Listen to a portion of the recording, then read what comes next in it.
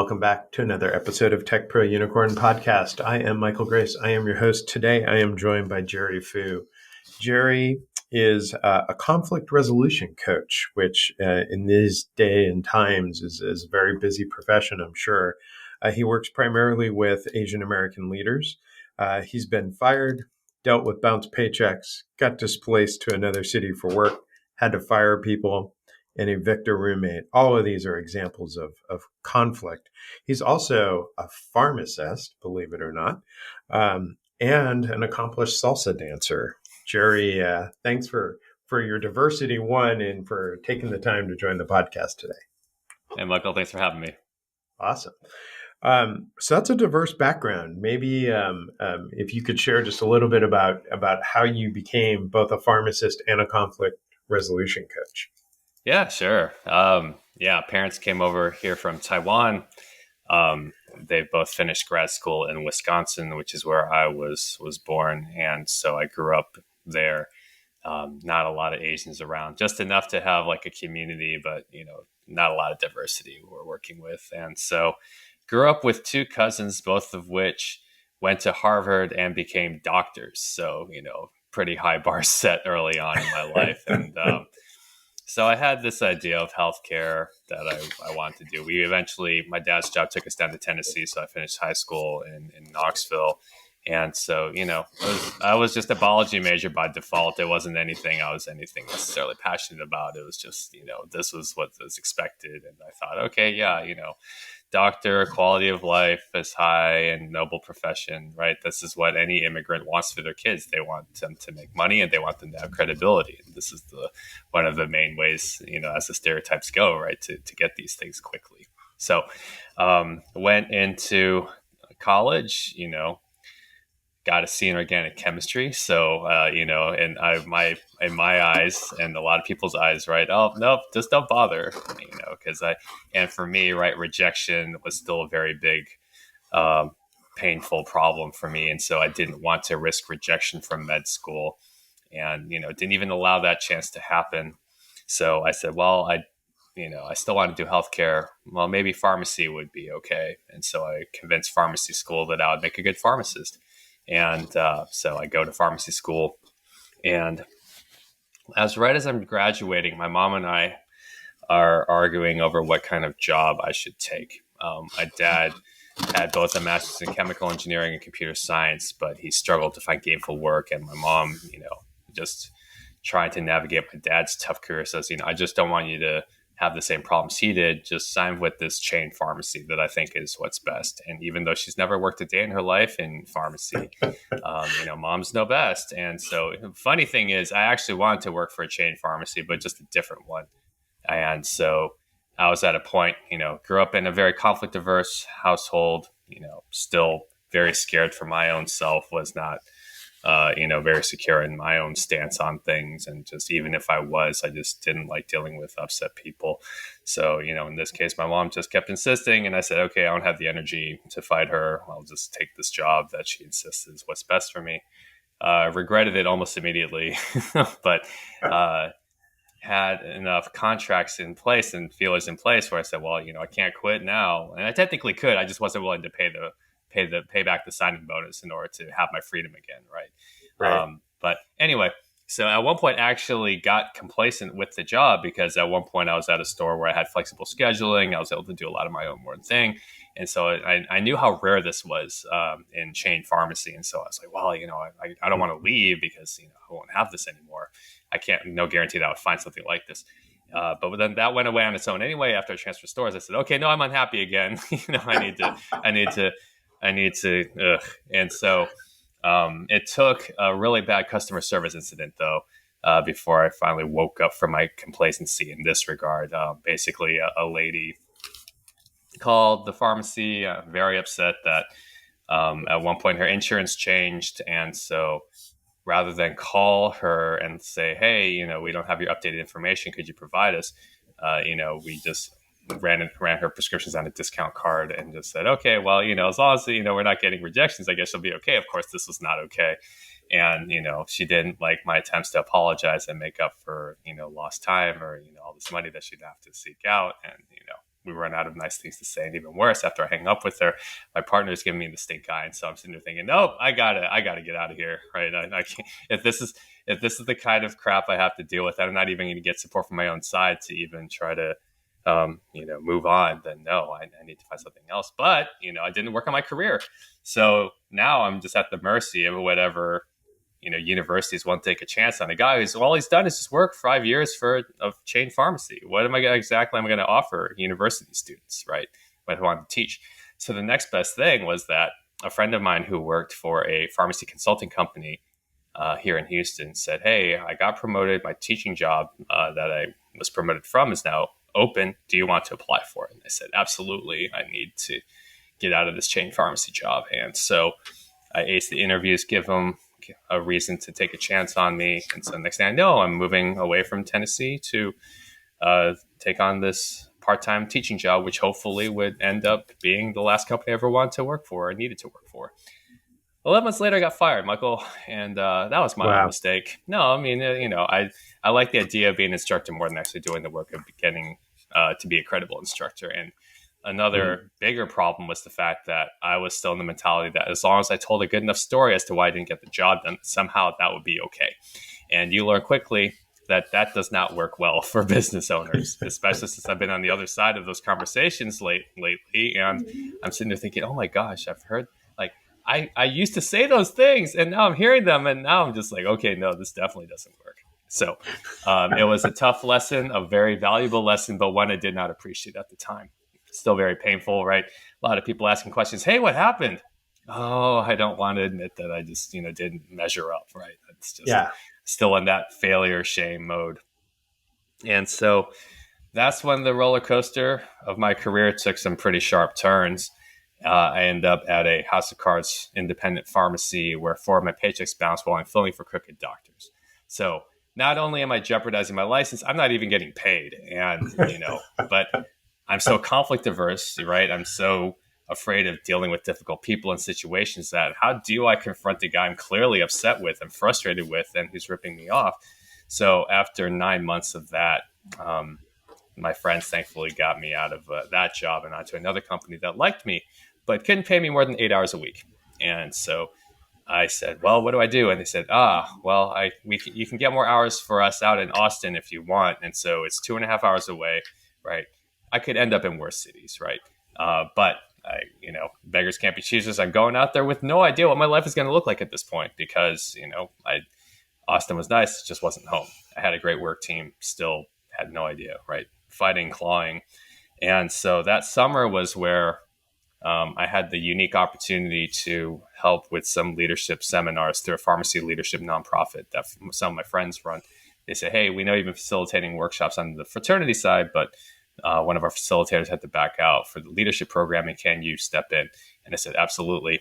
And so teaching leadership was kind of the genesis moment, you could say, in that before leadership was hard. I wasn't good at it. I tried it a couple of times. I failed. So I guess I'll never be good at it. I just won't even bother. But now it was, well, what if I could be a good leader? And I started to give myself that permission for that possibility that I could actually be good at this with enough work and, how I carry myself and things like that. And so the opportunity to either stay part-time in Austin with a great work team or take on a full-time manager position in Houston that had opened up a couple months after that, I said, okay, not going to stay scared, not going to stay safe.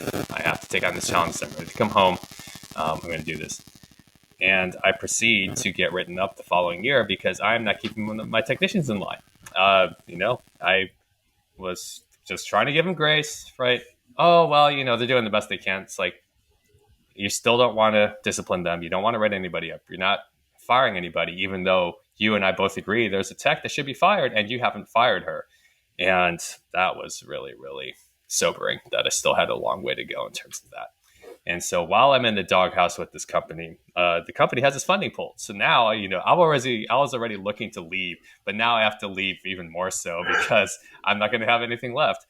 And the only reason I even get an interview with my next company was that I had leadership experience on my resume now. And I said, wow, leadership saved my career, right? Because I got out of the doghouse with this company, but, I was able to land on my feet And that job only lasts 11 months, unfortunately. Just the business models, only go so far. So when I'd say leadership saved my career, number one, I did have more job options. But unfortunately for pharmacy, the jobs that offer a good quality of life don't last very long, right? Because it's just a ruthless playing field of insurance companies and other big corporate companies wanting to stamp out the little guy.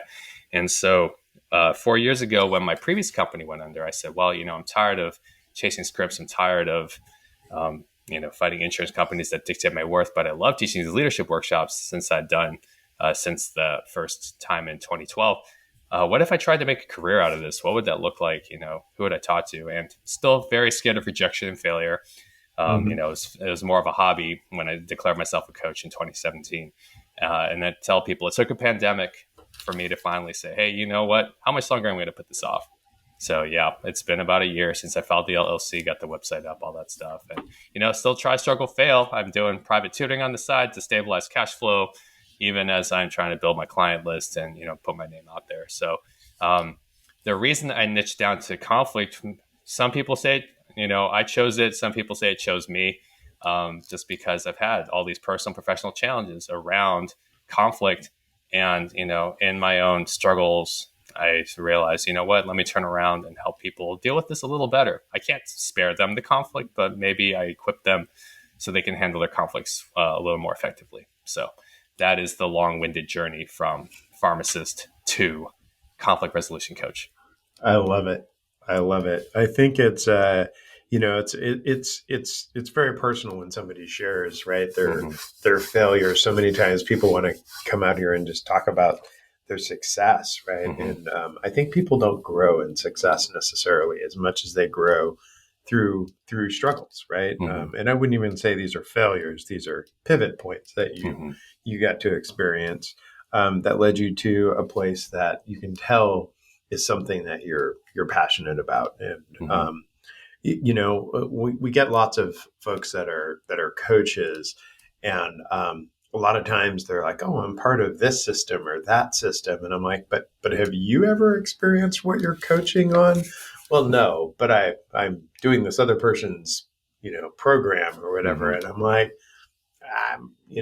what I love is the authenticity of the position you're coaching from. Mm-hmm. Or, I think it's interesting when I was researching because I cyber stalk, all my Of guests course. so Do that your I can homework. have, Yeah. yeah, so I can have good conversations. But I was like, wow, he's a coach and he picked like conflict. Like nobody likes conflict, right? Mm-hmm. Everybody's like, I don't want nothing to do with conflict. I don't want it with my wife.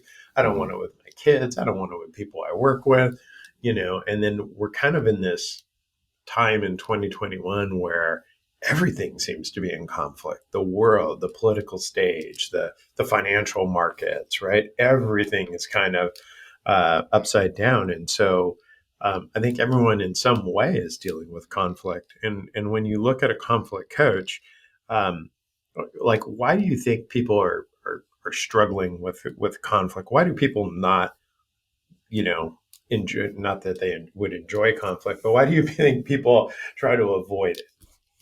Yeah. Yeah. It's, I think just this aversion to pain, because I know that's what I struggled with for a while. Is just this weird social pattern where you meet like Marines that have dealt with grenades and like battle tested stuff. They watch people die in front of them, but then they come home and their wife's upset with them, and they're like, I don't know how to deal with this, right? My kid is throwing a temper tantrum and I don't know how to deal with this, right? There's just all these situations where you're just like, I don't know what to do with something in front of me that even though like it's not actual physical violence, it feels like emotional abuse because you're just like, I would rather be anywhere but here right now with this person who's sitting in front of me and they're upset with me and I can't run away. And yeah, it's we can play the comparison game all day as well. That's not as bad as this or one up that, but really, I think that is because for me, I know for a kid who just struggled to feel like he belonged anywhere, and you start to be addicted to that approval, right? And then people say, "Well, I'm going to withhold that approval unless you jump through this hoop for me," and then you jump through the hoop, and then they realize, no, I said that, but you know what? I think I'm going to have some other hoops for you to jump through. And you just watch yourself turn into something really ugly, trying to feel like something really attractive. Hmm. So an extreme example that comes to mind right now, I mean, I know a technician, um, you know, her baby daddy keeps cheating on her, and so she keeps getting like liposurgery and like breast augmentation surgery and all these other things just to try to mimic the woman that he cheats on with her, as if somehow that changing her external appearance was somehow going to get his attention in a way that would actually love her, when really the most effective way to get his attention is to set boundaries and show that you're going to stand up for yourself, right? Hmm. And that's what I think would make him more attracted to her, is to say, hey, I'm with a woman that's actually not going to put up with my crap, right? But anyway, Yeah. yeah. But the thing is, yeah, people would rather placate than to really lean into an intense situation and realize, hey, you know what, it's okay for someone to be upset with me. It is an opportunity to see them honestly, and it is an opportunity to really grow and learn. Uh, because that shame, that Brene Brown talks about, it's a very real thing, and Hmm. we do things as a result of it that we will live with regret later and bitterness later. But yeah, I think people are just afraid of that initial pain and realizing that, not until later, that, oh, you know what, it's nothing fatal. I just need to deal with it. I wonder and maybe you have a perspective on this, like, Mm-hmm. men are under incredible pressures, right? Just Mm-hmm. to be manly and providers Mm-hmm. and be all these things that we're always trying to figure out what does that mean and how do I Mm-hmm. do it? And, failing and growing, hopefully growing. Mm-hmm. Um, is there more? But then on the softer side, right? I think men are much more avoidant of Mm-hmm. conflict, perhaps, than women are. Right? My wife is always like, "Let's have a difficult conversation," and I'm like, "Oh God, can we like do anything other than this right now?" And I find myself, out of the two of us, the one who's avoiding conflict the most. Mm-hmm. Is there a male female difference there? It's a good question. I mean, what's funny is that the one example that comes to mind is I knew a guy at the church I used to go to. He lived in the awkward. He loved pushing the envelope and just putting people on edge, just talking about things that he knew, nothing inappropriately lewd, but just things that he knew like people would feel uncomfortable. Partly, I think it was a control thing. He liked feeling like he was in control and kind of Mm, almost like, almost kind of intimidating them or bullying them in a way, even if it was meant in a lighthearted fashion. But I think, yes, I think a big question or a big factor really is just, how do people respond to challenges? Are you the kind of person that's willing to get curious and say, oh, wow, this is really intense. I wonder, what I can learn from this and how I can grow from this. And they're not worried about their appearance, or, they're not, even if they're worried about someone's approval, they don't let that be the overriding factor as to what dictates their actions, right? I do think for some reason it seems to be the common trend where the wife is more willing to bring up difficult topics, and the guys are just like, oh, I don't. Here we go again, and it's like, I'm not here to cite any clinical studies or psychology or sociology studies that say, hey, you know what, here's an interesting trend. I think a lot of it is your environment and the culture you grow up in, though, because if you grew up watching your parents fight and you always saw one side do feel like the aggressor, versus a couple that each one brings something up and they each find a way to stay coachable and really work toward a solution together, even if one side needs to improve more than the other. I think that's a big factor. It's just, yeah, like what couples did you grow up around? How did you watch your parents model their marriage, or their relationship, and even other couples, even other friends, mhm. right? I see with social media, it doesn't do them any favors. Like watching a marriage unfold like online in real time, where he goes from married to it's complicated to single, and you're like, oh my gosh, what's going on?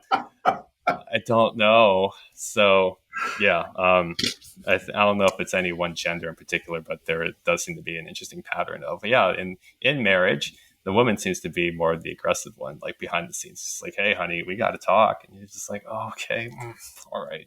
Just drill the cavity. Let's get this over with. Yeah. Yeah. My wife and I have, our kids are both off, all our kids are off to college or Mm-hmm. out of the house. Empty nesters, first time Mm-hmm. ever. That was tough, right? They're all over Yeah. 18. They're all still alive. I'm taking a Mm. victory lap. So, Hallelujah. Yeah. yep. And we're finding ourselves like, oh, there's no interference, there's no distraction, right? We Mm-hmm. actually have to interrelate with each other now, Mm-hmm. which has been amazing and Mm-hmm. very challenging at the same time, right? Mm-hmm. Because my wife likes to have difficult conversations and discuss, topics that I'd much rather just be like, could we just not? Like, could we talk about anything else, right? Mm-hmm. Hard conversations, whether they're interpersonal like that with your spouse or your kids or at Mm-hmm. work, um, none of us look forward to that, right? As a Mm-hmm. leader, when you have to counsel somebody or Mm-hmm. you have to dismiss somebody, and Mm-hmm. even though you maybe have done everything right, you've got all this documentation that Mm-hmm. justifies your position. Yeah. That conversation with that person is tough. Um, and on your website, you have a freebie for folks. Mm-hmm. So I'm just going to pause and point out, and it'll be down below in the description. Mm-hmm. But Jerry's website is adaptingleaders.com. And down towards the bottom, when you scroll down, there's a simple framework for hard conversations that you can just download. Mm-hmm. Can you maybe talk about what does that guide kind of do? How does it help folks around having hard conversations? Yeah. Yeah. Basically, when you're in the middle of chaos, right? You need a plan, right? When a plane needs to be landed in emergencies, you don't want to be like, wait, where's the manual? Like, where's the standard operating procedure? Here's a plan, right? 5 steps to get you from I am crazy up here to I can get to clarity, confidence, and closure now. And so that's really one of the strategies is, hey, when you're going to have a situation that comes up, have a plan in place to deal with it, right? Because if you have a plan, you're probably going to at least give yourself a better chance of succeeding, if not actually succeeding, right? And so because that's what I needed. Every time a situation come up, and it's like, oh, this person's upset, and it's like, I don't know how to handle it. It's like, what are you going to do? Oh, well, figure it out. It's like, no, no, no. Like, that's a terrible strategy. Hope doesn't get the job done, right? You got to have some actionable steps. And when you recognize, hey, I don't need to run a marathon. Let me just start with 10 steps out my door. Hey, I don't need to run a company as CEO. Let me just start at the entry level position and then, work my way up. It's like, okay, now that you have this framework, okay, now you can have a better idea, at least increase your chance of success. And even if it fails, because I was on a podcast where, a host told me he tried to have this conversation with his dad about just being friends and not, trying to, implement his dad's advice as much. And his dad cut him off. He was just like, nope, like no more. But even if you Wow. fail, right, at least you can have the relief knowing, hey, you know what? I got this off my chest. I am so glad that at Mm-hmm. least if this friendship or relationship has to end, at least they know exactly why I was upset with them. And, people realize that closure is so much better than comfort. So, yeah, that's the benefit of this framework is to say, hey, you know what? I'm scared. I am going to default to comfort and avoidance, but I have this plan to make sure I kind of trick myself forward. It's like when I go to the gym, people are like, how are you so disciplined? It's not my discipline because there's plenty of days like after I hop off this call, I'm like, you know what? I'd rather go to sleep than get my workout in. But if I know that I can just, hey, let me just get on my gym shorts and my gym sneakers. Okay, you know what? I'm dressed in costume. This makes me feel like I want to go work out. Okay, my gym's just 2 miles away. All right, let me just get in the car and drive myself to the gym. Now I'm at gym. Okay, well, I'm here. I may as well start working out. Let me just knock out the first thing. Let me just knock out the second thing. Hey, you know what? I've knocked out 4 things. Okay, let me move on to the next thing. And so this is what this plan lets you do, right? Where it's like, okay, let me just get the first step. You know what? That felt all right. Let me get to the second step. Is the third step within reach now? Yes, absolutely. All right, let me get to 4 and 5. Hey, we're done. Okay, like that's it. Mm-hmm. So that's the benefit of having this plan. I love the gym analogy Hmm. because, right, I belong to two different gyms. Hmm. You wouldn't know it if you met me. You'd be like, there's no way that dude belongs to two gyms. Hmm. The biggest exercise I get is walking past it or driving by it because I never seem to get to it. Yeah. But, once I'm there, usually because my daughter or my kids are like, hey, dad, let's go to the gym together. And I'm Hmm. like, oh, I don't want to. I come up with every Hmm. excuse. I Good. finally get there. But once I'm there, I'm like, this is awesome. I'm having a Hmm. great time. I can do this and that, and then I'll do this.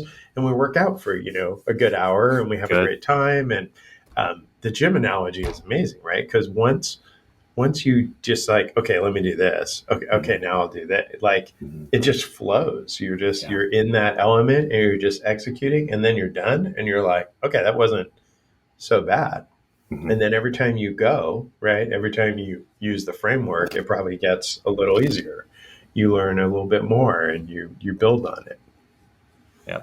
Amen to that. And yeah, I mean, so to let's go through the steps for everybody, just to like Yeah. if you want to, let's talk about these steps so there's no surprises. Hey, you didn't mention that in the guide. It's like, all right, guys, like let's go ahead and give you a head start. So what helped me first step is to imagine what a successful conversation would sound like. Now, keep in mind, guys, this gives you two things. Number one is that you have to allow for the possibility that I could be successful. Oh, my roommate always leaves dirty dishes in the sink. Okay, well, what could it sound? How would success sound? Okay, hey, let's talk about this. Hey, can you please clean up the dishes? It helps. This is how it helps me. This is how it helps our relationship. This is how it helps everyone else as well. Okay, maybe that wasn't so bad, right? It might not go that way, but you have to allow for that possibility. Maybe it could be that easy, right? Mm-hmm. And also, right, it's now you start to anticipate, oh, well, what are some barriers, right? And also, though, you have to realize that success might not be restoring the relationship to 100%. That success might be, hey, okay, you're not willing to clean up the dishes. Okay, well, what's a truce that we can come across, right? What are some things we can agree on, right? For some friends, it's like, hey, let's just not talk about politics or religion. It just never leads anywhere productive. So let's just agree to stop those topics, right? Other times, you have to end the relationship. Hey, you haven't paid rent. You defaulted on your lease, and if you're not going to contribute to the cost of living here, you have to leave before I call the cops. Yeah. Yeah. And sometimes that has me, or you have to say, hey, you know what? This company is obviously not a good fit for you. That is the best case scenario I'm going to say. So you should move on to a company that's going to be more accommodating to your talents and preferences. So, Mm-hmm. that's what success may have to sound like. Number two, 10 seconds of courage. Oh, I get so many amens and hand claps to this one because people realize, hey, you know what? I used to think I have to feel like Superman or Wonder Woman just to finally have this conversation. It's like, well, if you wait that long, it might be 6 months before you finally decide you're finally ready for this. You just need 10 seconds to get the ball rolling and then lock the gate behind you so you can't backtrack, right? And Mm-hmm. so you're like, okay, well, 10 seconds, can I pick up that phone? 10 seconds, can I send that text? 10 seconds, can I send that email? Yeah, I could do that. Boop. Oh, crap. Now I can't go back. Okay, I better follow through, right? Step three, now that you've initiated contact, is to script your critical moves. Hey, don't just let your thoughts rattle around here disorganized, right? In line with step one, not only sounding success, hey, let's get specific now, right? What do I want to be sure to address? Write it out on paper. Okay, these are everything I want to say. How do I organize it into a more logical flow? Um, and how do I make sure I address everything I address, right? Don't leave it to chance. Number Mm-hmm. four, script those critical moves. Train in the dojo before you fight on the street. Practice in front of a mirror. How's my tone? How's my body language? How's my posture? Do I maintain eye contact? Right? How do I do these things? Have a friend role play with that boss that you're trying to get a raise from, but they're going to push back a little. Right? Record yourself on your phone if you want. Hey, like I don't like listening to myself. Hey, you know what? If you're too self conscious, just start with the sentence. Right? Keep it really simple. Keep it really small. Just try one thing. Right? And then five, do it. You've done the homework. You set things in motion, follow through because you know that putting it off any longer or backtracking is just going to lead you back down to resentment and self loathing, which you obviously don't like, but somehow will settle for unless you implement this plan. So, those are the 5 steps. I love it. The value of having someone like yourself, right, coach somebody through this. Mm-hmm. I heard the greatest quote by a podcast guest several episodes ago, and they said, "You can't read the label when you're inside the jar." And I was like, "Ooh." And I Ah. think when you're in this conflict, you're kind of blinded, right? You're Mhm. emotional, you're stressed, you're full of angst, you're Mhm. right. And to have some kind of third party, whether it be a coach such as yourself or a Mhm. friend or somebody, just a sounding board, a mentor that can Mhm. look at it and go, oh, well, here's what I see, and here's Mhm. a path, right? And to give somebody a path out of that position, Mhm. to be able to move it forward, or to outline 5 steps, right? Mhm. And I'll add the amen to the 10 seconds of courage, Mhm. because yeah, that's amazing when you just explained it, right? Like once you start it, you can't like recall that. Mhm. You ever send an email and then use the recall email function, Yeah. and it doesn't work because they've already Oh got the no. email. Yeah, and you're like, oops. I love it. Thanks for sharing those 5 steps. That's awesome. And Of again, course. you can download those out on the website in in a tactile form. So you're also, when you look at the diversification, Mhm. pharmacy to, you know, um, conflict counselor, that's kind of like opposite ends of the spectrum. And then just because that's not diverse enough, we're going to throw in salsa dancing. Um, which again is not something I think when we talked, we just breezed over stereotypes earlier, right? Mhm. But when you think about a stereotypical pharmacist, Mhm. um, I wouldn't picture them dancing. So classical training in pharmacy, and Mhm. you're also doing salsa dancing. Oh. How does salsa dancing help you, shape you, equip you with skills? Yeah, yeah, great question. I actually have a great blog post on how leading on the dance floor helps you lead beyond it. So feel free to Mm, plug that if that's something that people would be interested in. love it. Yeah, I tell people. So the salsa dancing journey is this.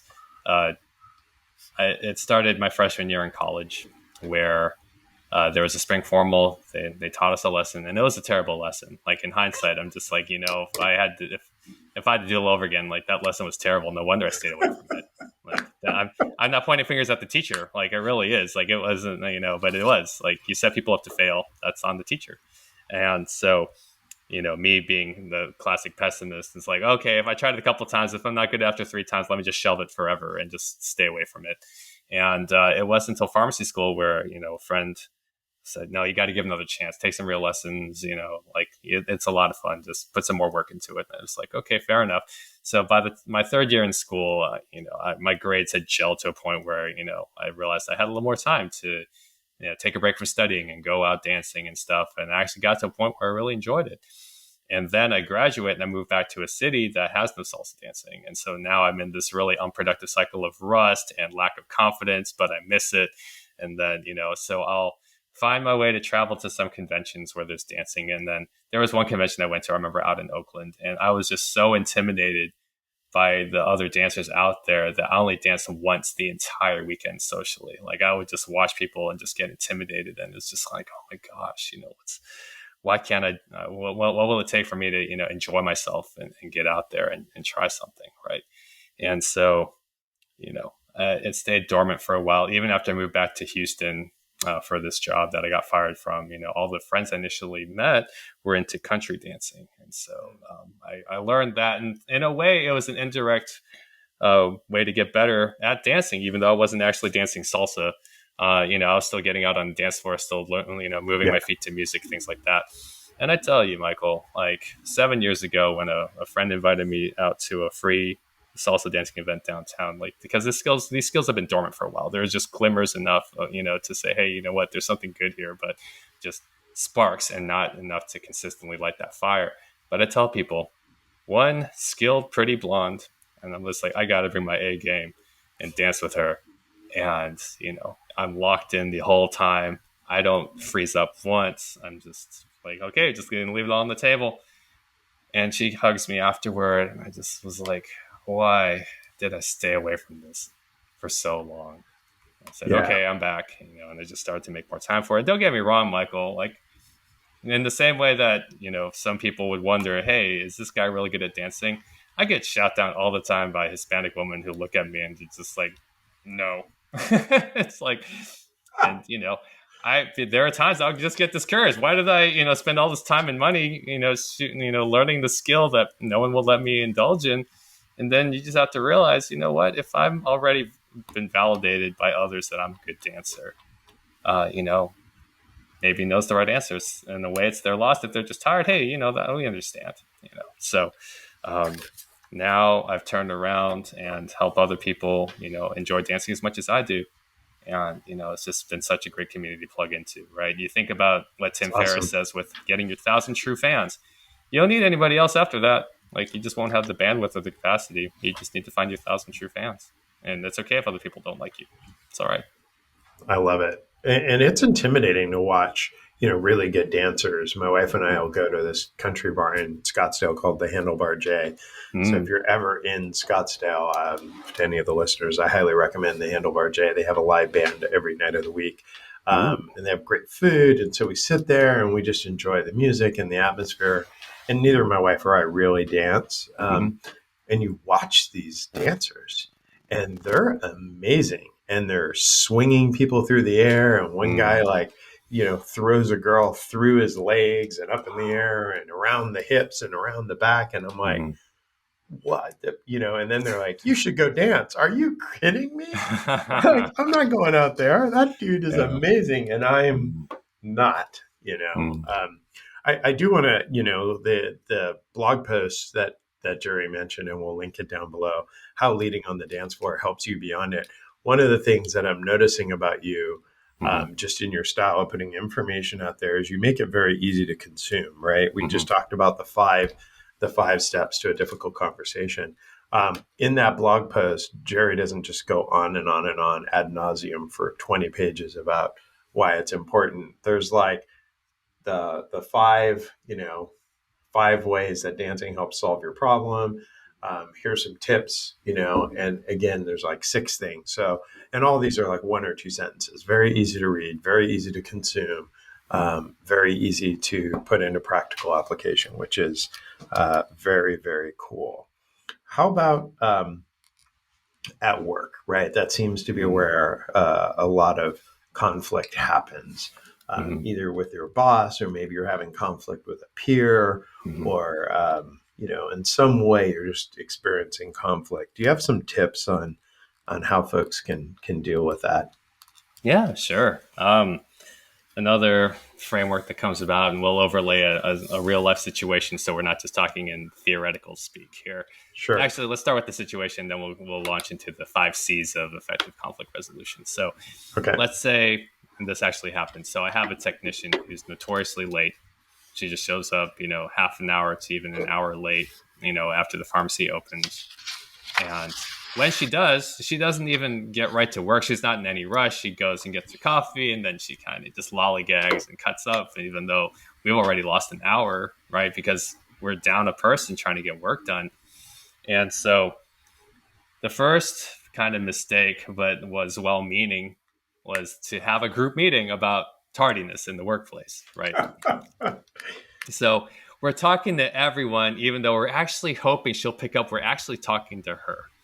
And so, we talk about the benefits of being on time, the consequences of being late, and just how, if you get off to a slow start, now you're stressed and you're unfocused and things like that. And so this technician, we'll call her Emily. So Emily's like thinking out loud, oh, you know what? I should be on time more.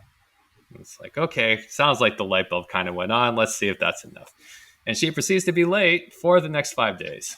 Okay. Hmm. And so clearly, spirit is willing, flesh is, not willing. It's not that it's weak, it's just not willing.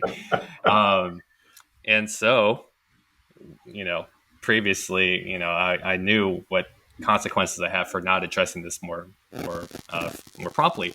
And so I knew I couldn't go for that again. So, we pull her aside, we shut the door. We're just like, okay, Emily, we're going to have to write you up because you are not performing up to standard, right? You keep showing up late. Then when you get here, you're not focused. You don't get on board with the team and start to help out. You take your time, you lollygag, and for some reason you think you're okay with this. And we tried to have nice discussions and general discussions, but Mm-hmm. it doesn't seem to be getting your attention. So, we're going to have to write you up, and this was strike one just to get your attention, right? You're not getting fired, nothing, there's no other penalties. We just need to kind of place a marker down and say, hey, look, okay, this is your first warning, right? And she goes into, well, can't you just, let me come in later, right? I mean, it's really hard to get here to work on time from where I live in Houston, and all these other things. And I'm just sitting there thinking, we pay the other technicians the same rate that we pay you. Why should we pay you the same to work less than they are? Well, can't you just, she keeps negotiating. And the same thing, you have three options. Number one, play up to standard. Just find a way. I don't care what kind of solution you got to come up with, because you're the expert on your life. So it's not my place to tell you exactly what you need to do or how to do it. Just show up on time. Number two, move closer, right? Relocate so that your transit is not as long. Or three, you can find another job that's closer to you or willing to deal with the fact that you are late pretty much every day, right? Well, Mm-hmm. I said, look, we like having you here. We need you to be here, and we need you at your best in order to stay here, okay? And so, my take on this is that you have to, number one, have compassion, right? That's the first C. Hey, she's human. Her feelings get hurt. If she gets shut down, you're not going to get through to her, even if you're right. So, hey, we're all human. We have feelings and blind spots. Let's just treat each other with dignity. Even if we don't respect each other, let's be civil, right? Because you want someone to do the same for you. If someone's giving you difficult feedback, you don't have to be so harsh with your words. Just, you still have to talk about difficult things, but not so harsh, right? Number two, courage. Hey, you know what? I care about you too much to let you keep up bad habits, right? Right. Oh, that smoking habit's annoying. Yeah, we're just going to let him quit on his own. It's like, no, you need to stop now, right? Gotta Mm-hmm. just go ahead and stop. If you care about someone, pain is not the opposite of love, right? Apathy is the opposite of love. When you're willing to let someone go to their own destruction, that is unloving. Number Mm-hmm. three is curiosity. Hey, tell me more about why you're struggling with, getting here on time. What exactly is holding you back? What do you want to do differently? Let me hear your take on this. How would you handle this if you were the one having to confront somebody on tardiness, right? And then, you kind of get some ideas from them and what kind of penalty you want, because they're willing to, kind of negotiate against themselves. All right. Number four is collaboration. Okay. Now that we've addressed this issue, how do you and I want to both work toward an agreement and a solution that we're both willing to support, right? Because, I want to support you.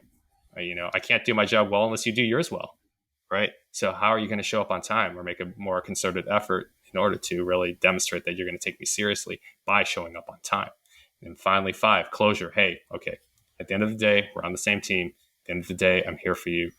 And in my support for you, I'm going to have to keep talking about difficult things, right? I can't afford to just let mistakes go just because of grace, maybe once or twice. But if there's a pattern that we need to address, then, I would be remiss not to address it. So let's find that compromise. I understand the solution I want to implement may not be one that you're on board with. So let's talk about one that you're willing to.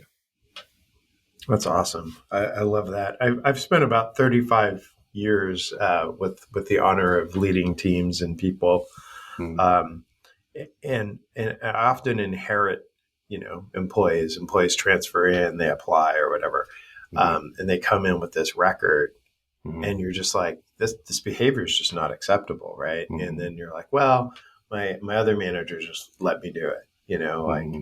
And I always challenge leaders, right? Mm-hmm. Lead in the very word lead, right? Of leader. Mm-hmm. And you have to do hard things, and you're Mm-hmm. compensated to do difficult things. Mm-hmm. Otherwise, you would be a worker, not a leader. And so, some of it's uncomfortable, but I just love, like, if you follow a system, right? Mm-hmm. If you just take, and I just love how you break it down to, no more than five. That's two lists that are no more than five. The how you're leading on the dance floor has five, and then he slipped up, and there's one set of six things on there. Oh, yeah. But we'll have to shorten that to five. But I know, right? but five, it's just like, if you just keep these five things kind of front and center, as you're dealing with conflict, and as you're dealing with employees, and you're dealing with your workforce, and you know, it allows you to be effective as a leader. And Mm. I loved some of the things that you said around apathy, right? Because when you don't help that person, they will never improve, right? And Mm. then when they leave you or you leave that position, then they're in a bad spot because then their behavior has been become ingrained, and someone else is going to lead behind you, and they're Mm. going to fire that person, Yeah. and then that person's gonna, you know, be in a personally bad situation because you didn't do your job to Mm. invest in them to get them up to standard or beyond standard. Mhm. I love that the opposite of love is the apathy to not invest and have difficult discussions with another human being. That's super powerful. I haven't heard that before, but Mm. I love it. Very cool. Well, um, so we've given you tools, Mm. and Jerry's kind of shared a little bit of real world examples, both of his own and you know, of how to apply these, and is in the middle of conflict, and seems to enjoy being there. I've got to say, you do it well. Thanks. I'm sure people appreciate the help that you provide. Um, so Jerry's available out on adaptingleaders.com. There will be a link in the description. The giveaways are out there as well. And then the blog post will link it. How leading on the dance floor helps you beyond it is really kind of cool because I love how you take something that you really enjoy doing personally, Mhm. and you find the synergies to apply it professionally. So, Mm. Jerry, I personally am glad you found your way out of pharmacy to helping folks with conflict, because I think it has a value, you know, to the individual you're helping and to just society in general. We're all in some form of conflict. So, thank you for your journey. Thank you for sharing. Thank you for being on the podcast. Oh, thanks for having me, and I look forward to seeing how this pays dividends and transformation for your listeners. Awesome.